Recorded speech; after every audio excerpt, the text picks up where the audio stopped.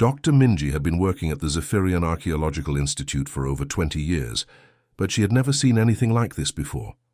Her office was small and cramped, filled with ancient artifacts and holographic displays that showed data from across the galaxy.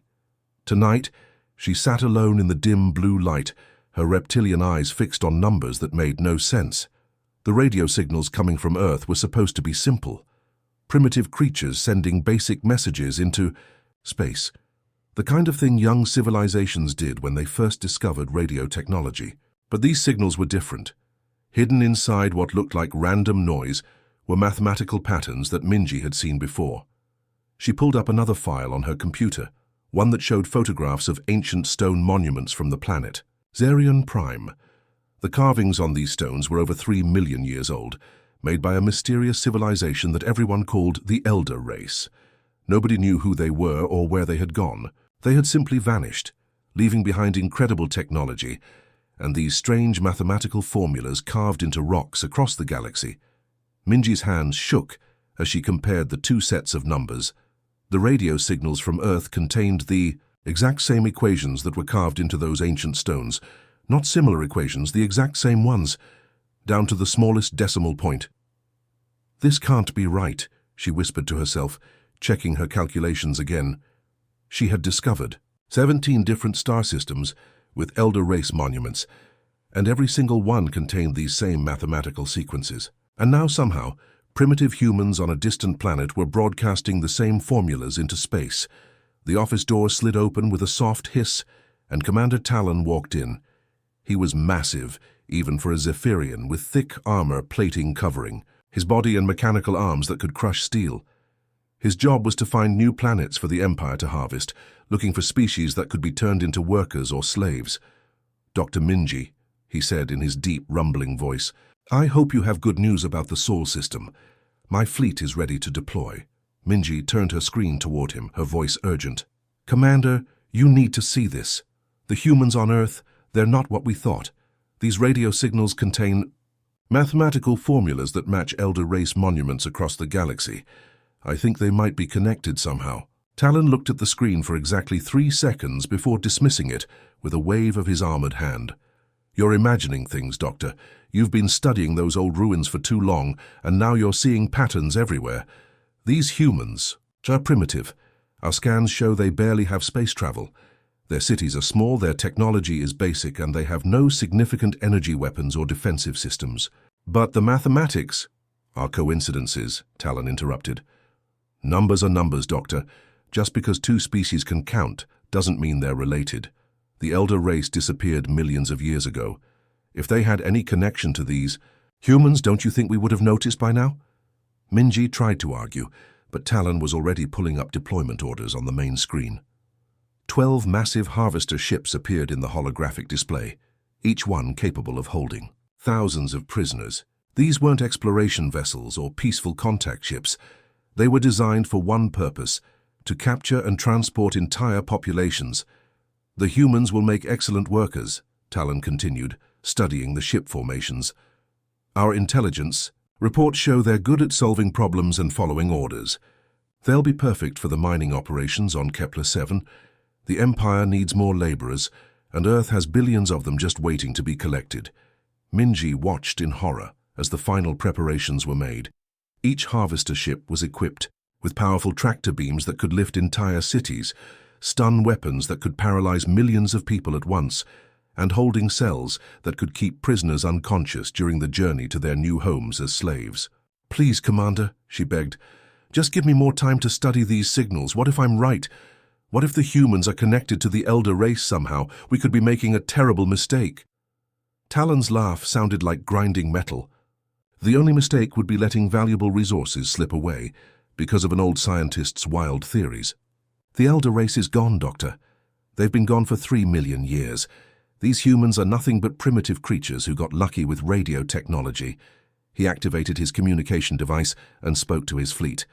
"All ships, prepare for departure. Target, Sol System, 3rd planet. Mission, harvesting operation. Expected resistance, minimal to none." As the commander left her office, Minji stared at her data one more time. The mathematical sequences glowed on her screen, ancient, formulas that had puzzled scientists for millennia. Somewhere out there on a small blue planet, humans were broadcasting these same impossible equations into space. She thought about the elder race ruins she had studied throughout her career, massive structures that defied understanding, built with technology that current civilization couldn't even copy, energy systems that still worked after millions of years, weapons that could destroy stars, all of it abandoned, left behind by a species that had simply vanished without explanation. And now humans, supposedly primitive humans, were using the same mathematics. Minji closed her eyes and made a silent prayer to whatever gods might be listening. She hoped she was wrong about the connection between humans and the elder race. She really truly hoped she was wrong, because if she was right, the Zephyrian Empire was about to make the biggest mistake in galactic history. The Harvester fleet, launched that night, 12 massive ships disappearing into hyperspace toward Earth. Minji watched them go from her office window, her scaled hands pressed against the cold glass. In 3 days, they would reach the Sol system. In 3 days, they would try to capture and enslave the human race. She could only hope that humanity was as primitive and defenseless as Commander Talon believed. Captain Do-yun had been expecting this day for longer than he cared to remember.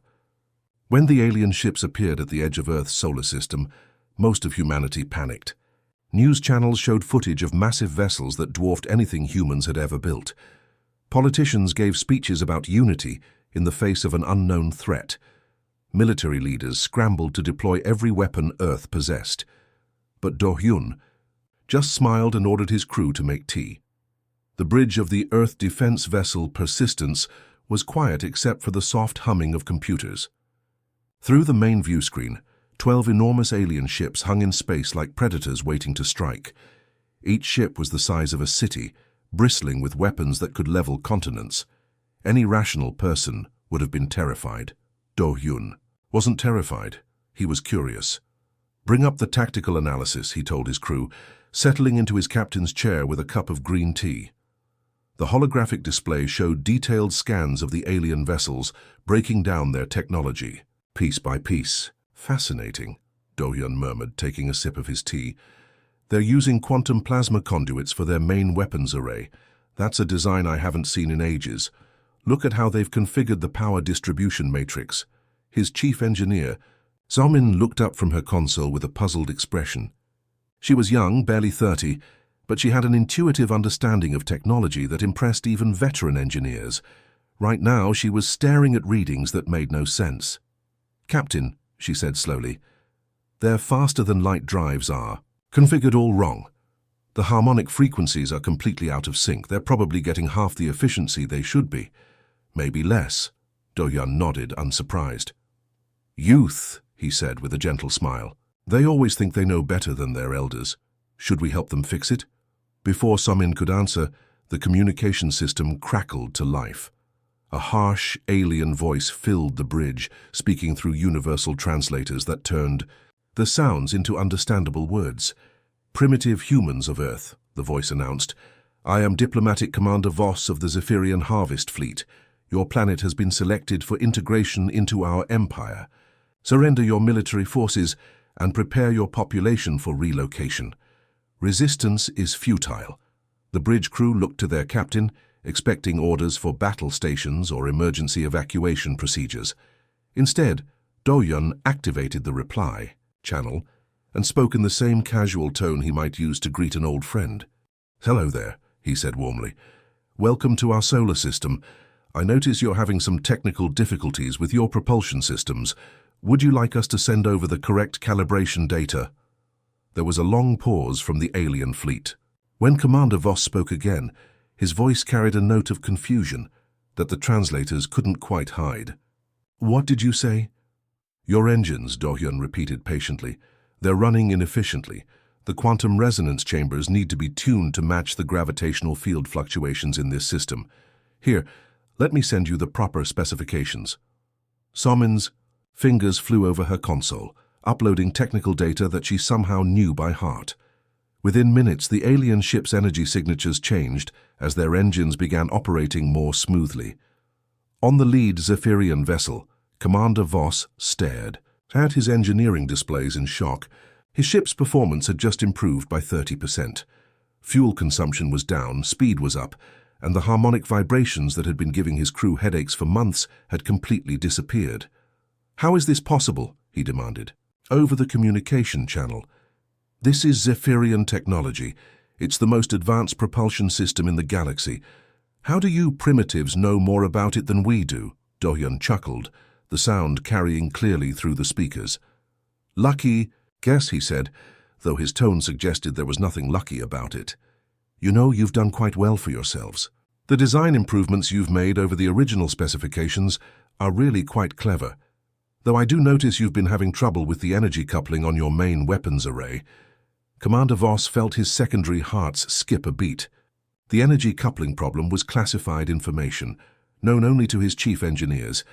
It had been plaguing their weapon systems for years, causing random power fluctuations that made their most powerful guns unreliable.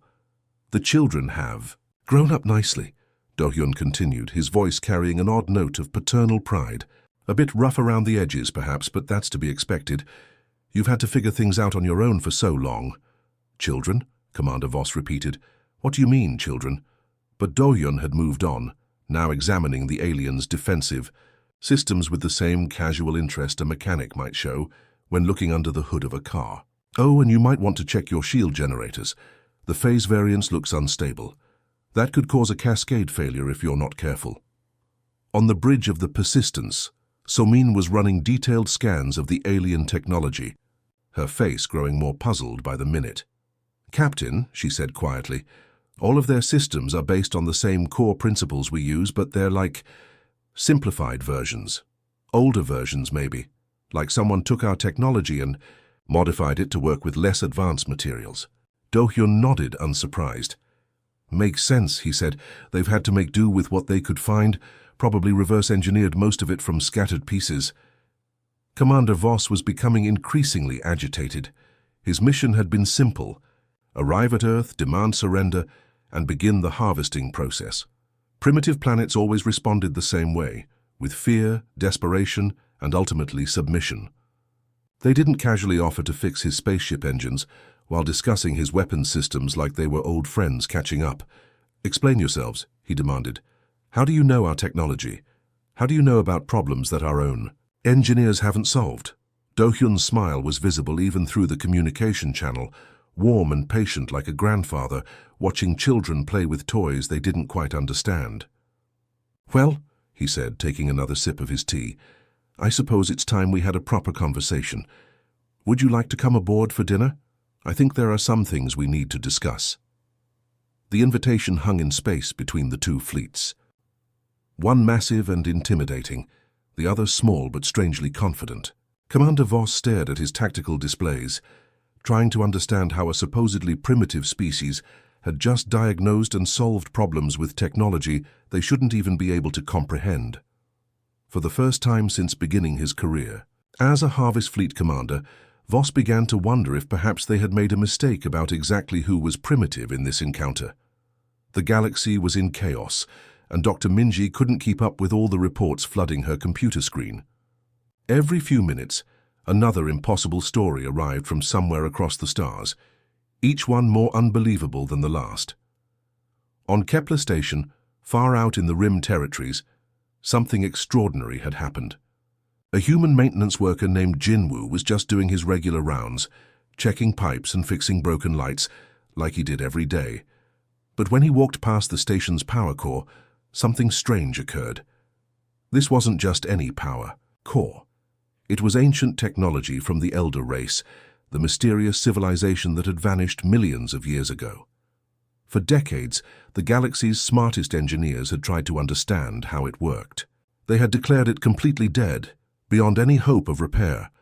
But when Jinwoo placed his hand on the smooth metal surface, just trying to steady himself while he worked, the entire core suddenly hummed to life. Lights that hadn't glowed for centuries began pulsing with warm energy. Systems that had been silent for longer than recorded history started functioning perfectly. Jinwoo himself was just as surprised as everyone else. He had no special training with Elder race technology. He couldn't even explain what he had done. Meanwhile, on the mining world of Proxima Beta, another human was causing just as much confusion. Hyarin worked as a teacher for the colony's children, including kids from several different alien species. The planet had ancient transportation networks built into the ground, stone circles and metal platforms that the Elder race had left behind. Like most Elder race technology, nobody could figure out how to make them work. One afternoon, while teaching the children outside, Hyarin started singing an old lullaby her grandmother had taught her back on Earth. It was just a simple song about stars and dreams, the kind of gentle melody parents had been singing to their children for generations. But as her voice carried across the ancient stone circles, something incredible happened. The transportation platforms began to glow. Energy flowed through circuits that had been dark for millions of years. The children watched in wonder as the ancient network activated, connecting their world to distant places across the galaxy. When officials questioned Hyarin about how she had accomplished this feat, she could only shrug. She insisted it was just an old Earth song, nothing special. She had no idea why it worked. Dr. Minji studied these reports alongside hundreds of others just like them. Each story followed the same impossible pattern. Humans, ordinary people with no special training or knowledge, were somehow activating Elder race technology that had puzzled the galaxy's greatest scientists for thousands of years. They weren't trying to solve ancient mysteries.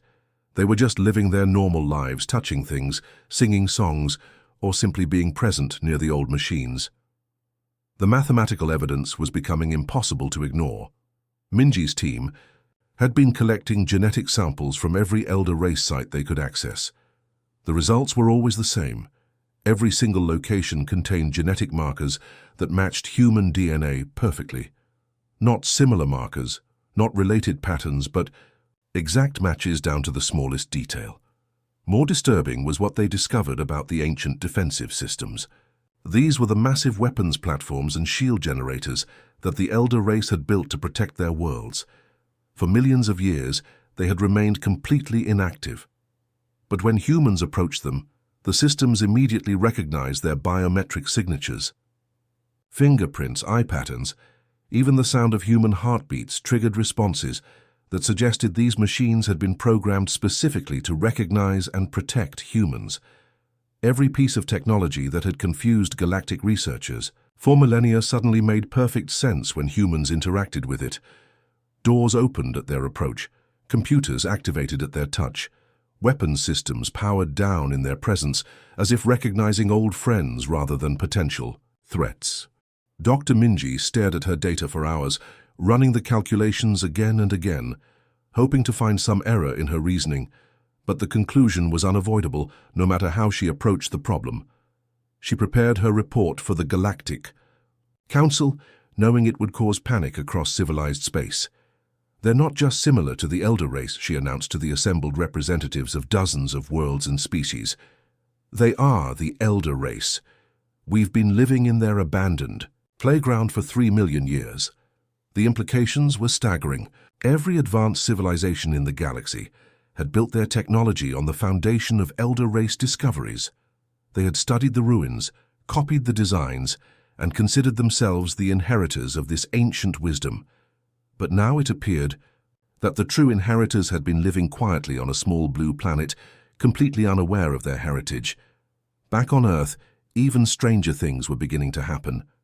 Elderly women who had never shown any interest in technology were suddenly building complex machines in their gardens. They claimed the knowledge came to them in dreams, vivid visions of star travel and energy manipulation that felt more like memories than imagination. These weren't trained engineers or scientists. They were grandmothers who spent their days baking cookies and tending flowers, yet the devices they constructed worked perfectly, accomplishing things that should have required teams of experts and years of research. Children were displaying similar abilities. Young students who struggled with basic math were suddenly solving energy equations that had baffled university professors for decades. They would scribble down complex formulas during recess, then immediately forget about them and return to their games of hopscotch and tag. When questioned about their work, they seemed genuinely confused, as if the knowledge had simply appeared in their minds without any conscious effort. In the depths of space, ancient automated systems were responding. To these human activities, massive installations that had been dormant for eons were slowly powering up, their sensors detecting genetic signatures they had been programmed to recognize and protect countless generations ago. Defense networks spanning entire star systems were coming online, ready to shield worlds that their builders had left behind so long ago. The galaxy watched nervously as humanity began to unconsciously reclaim their inheritance, wondering what would happen when Earth's people fully awakened to their true nature and remembered the civilization they had once built among the stars. The Zephyrian war fleet had approached Earth with complete confidence. Commander Talon stood on the bridge of his flagship, watching the small blue planet grow larger on his screens.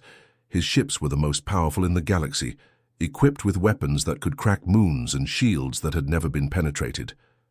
This would be a simple conquest, he thought. The humans would surrender quickly, once they saw the overwhelming force arrayed against them. But as the fleet moved into Earth's orbital space, something unexpected happened. The empty darkness around them began to shimmer and change. Massive structures materialized from what had appeared to be completely vacant space. Defense platforms, each one larger than Talon's biggest warship, emerged from some kind of advanced cloaking technology that the Zephyrians couldn't even detect. These weren't newly built defenses hastily thrown together by a panicking planet. These were ancient installations, their surfaces marked with the distinctive patterns of elder race construction. They had been there all along, invisible and waiting, watching over Earth like silent guardians. Commander Talon's confidence began to crack as his sensors registered the true scale of what surrounded his fleet. There weren't just a few platforms. There were thousands of them, arranged in perfect defensive formations that covered every possible approach to the planet. His mighty armada suddenly looked like a handful of insects facing a swarm of giants. All ships, prepare for battle, he commanded, but his voice lacked its usual authority. Something about this situation felt wrong in ways he couldn't explain. That's when things became truly impossible. The computers aboard his flagship began displaying messages he hadn't authorized. Navigation systems started plotting courses away from Earth without his permission. Weapon systems powered down despite his direct orders to charge them. It was as if his own technology had decided to rebel against him. "This is impossible," Talon snarled, frantically pressing controls that no longer responded to his touch. "Our technology is the most advanced in the galaxy. How are they overriding our systems?" His chief engineer looked up from her console with confusion written across her face. "Sir, our computers aren't being hacked or attacked. They're just following new orders. Orders that seem to have higher priority than anything we can input." Across the fleet, similar scenes were playing out on every Zephyrian ship. Engines that had been programmed to advance toward Earth were now pushing the vessels backward. Weapons that should have been charging for attack were instead powering down completely. Communication systems were broadcasting messages of peaceful withdrawal instead of the threats and demands Talon had prepared. It was as if the ships themselves had decided they didn't want to attack Earth, overruling their crews with a will of their own. The Zephyrian technology, like most advanced systems in the galaxy, was built on foundations borrowed from elder race discoveries. Now those ancient protocols were asserting themselves, recognizing genetic signatures and loyalties. That predated any current conflict. Meanwhile, on Earth's surface, something equally remarkable was taking place. Minister Jinsik, an elderly diplomat who had spent his career in quiet government service, stepped up to address not just his own planet, but the entire galaxy. The communication networks he accessed shouldn't have been able to reach beyond Earth's immediate vicinity, yet somehow his words were being broadcast simultaneously to every inhabited world, every space station, and every ship across thousands of light years. The technology making this possible was ancient beyond measure. Communication, arrays that had been built into the very fabric of space itself millions of years ago. They had remained dormant all this time, waiting for the right genetic signature to activate them. "We've been sleeping for a long time," Minister Jinsik said, his voice carrying the gentle authority of a parent addressing children who had misbehaved. There was no anger in his tone, no threat or demand for submission. Instead, he spoke with the patient disappointment of someone who had hoped for better from those they cared about. "We left you alone to grow and learn," he continued his words, "reaching every corner of galactic civilization simultaneously. We gave you the tools and knowledge to build something beautiful together. We're disappointed in how some of you have chosen to develop." The message wasn't directed only at the Zephyrians. Every species that had chosen the path of conquest and aggression felt the weight of those words. Worlds that had enslaved their neighbors, empires built on oppression and fear, all found themselves suddenly confronted with the judgment of their forgotten ancestors. Dr. Minji watched these events unfold from her laboratory, her instruments recording phenomena that rewrote everything she thought she knew about physics and technology.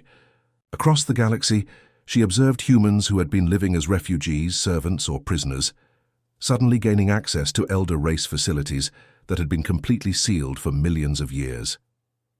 On distant worlds, human janitors walked through doorways that had resisted the galaxy's most advanced cutting tools. Human nurses activated medical systems that could heal injuries thought to be permanent. Human teachers accessed libraries of knowledge that contained the accumulated wisdom of an entire civilization. These weren't violent takeovers or dramatic confrontations. The ancient AI systems that guarded these sites simply recognized their creators returning home. Security protocols that had kept everyone else out for eons suddenly became welcoming committees, greeting humans with the patient loyalty of guard dogs whose masters had finally returned from a very long journey. The artificial intelligences had been waiting all this time, maintaining the facilities, preserving the knowledge, keeping everything ready for the day when humanity would wake up and remember who they really were. Now that day had arrived, and they activated with joy rather than alarm. The humans themselves seemed as surprised as everyone else by these developments. They weren't conquering or demanding tribute. They were simply remembering, like people waking from a long dream and gradually recognizing their surroundings. The knowledge came back to them slowly, naturally, as if it had always been there beneath the surface, waiting for the right moment to emerge. Commander Talon found his fleet being gently but firmly escorted away from Earth by the defense platforms, his ship's computers politely but firmly refusing to engage in any hostile actions. He realized that the galaxy had just fundamentally changed, and the age of conquest by force had suddenly come to an end. 6 months had passed since the day everything changed, and the galaxy was still adjusting to its new reality. The transformation hadn't happened through battles or invasions. There were no conquered worlds or surrendering armies. Instead, humanity had simply stepped back into a role they had never really abandoned, like caretakers returning to a house they had left in the care of others for far too long. Ancient technologies that had puzzled the galaxy's greatest minds for thousands of years were now running smoothly under human guidance. Systems that had been broken or partially functional for millennia suddenly operated at peak efficiency. It was as if the machines themselves had been waiting patiently for their original operators to return and show them how to work properly. Again, the old Galactic Council building had been restructured, not through force or demolition, but through the activation of architectural systems that had been dormant since its construction. Rooms reorganized themselves, spaces expanded or contracted as needed, and the entire complex seemed to breathe with new life. The building had always been capable of these changes, but only now did anyone understand how to ask it to adapt. Ambassador Yunji walked through the corridors with the quiet confidence of someone who belonged there.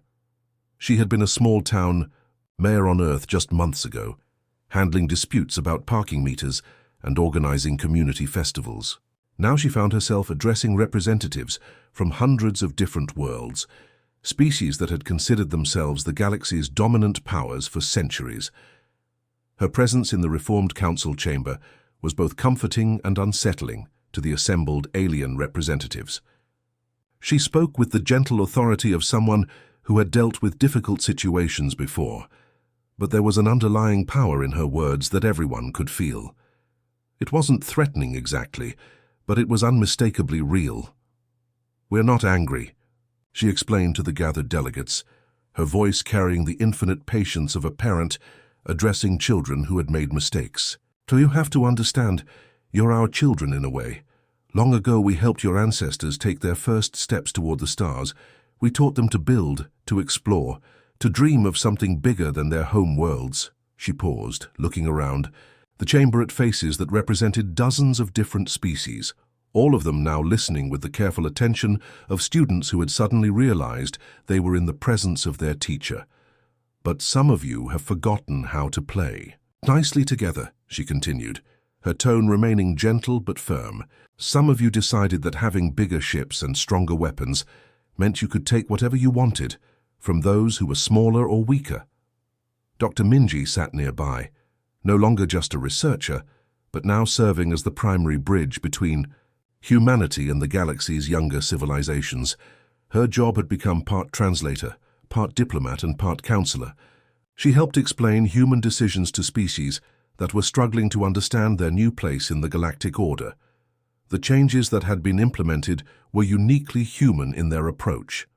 Rather than destroying the aggressive species or stripping them of all their technology, humanity had chosen a more measured response. The Zephyrians and other conquest-minded civilizations found themselves facing an unexpected consequence. Their faster-than-light travel systems simply wouldn't work anymore. It wasn't sabotage or attack.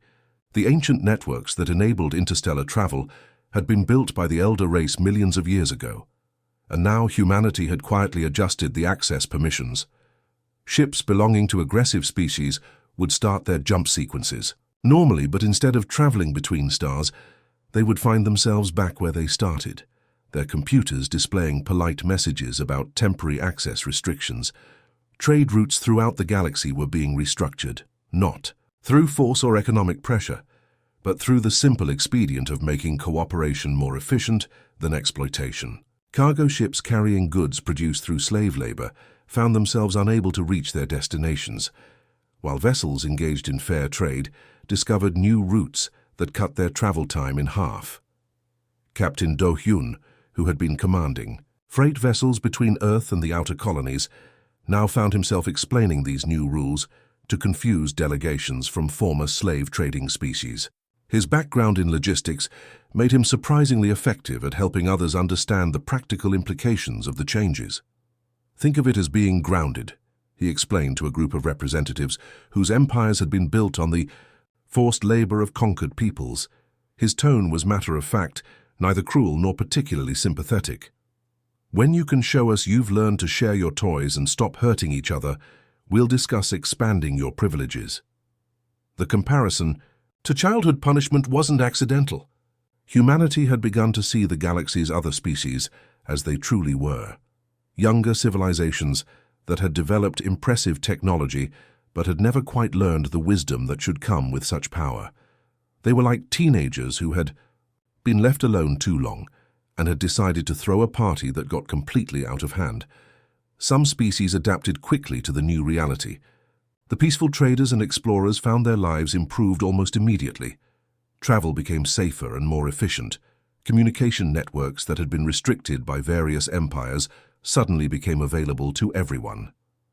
Scientific research that had been hoarded by military powers was shared freely among those who could use it constructively. Others struggled with the transition. The Zephyrians, in particular, had built their entire culture around the concept of conquest. Through superior force, now they found themselves effectively trapped in their own star system, their mighty war fleets reduced to expensive decorations that couldn't travel anywhere.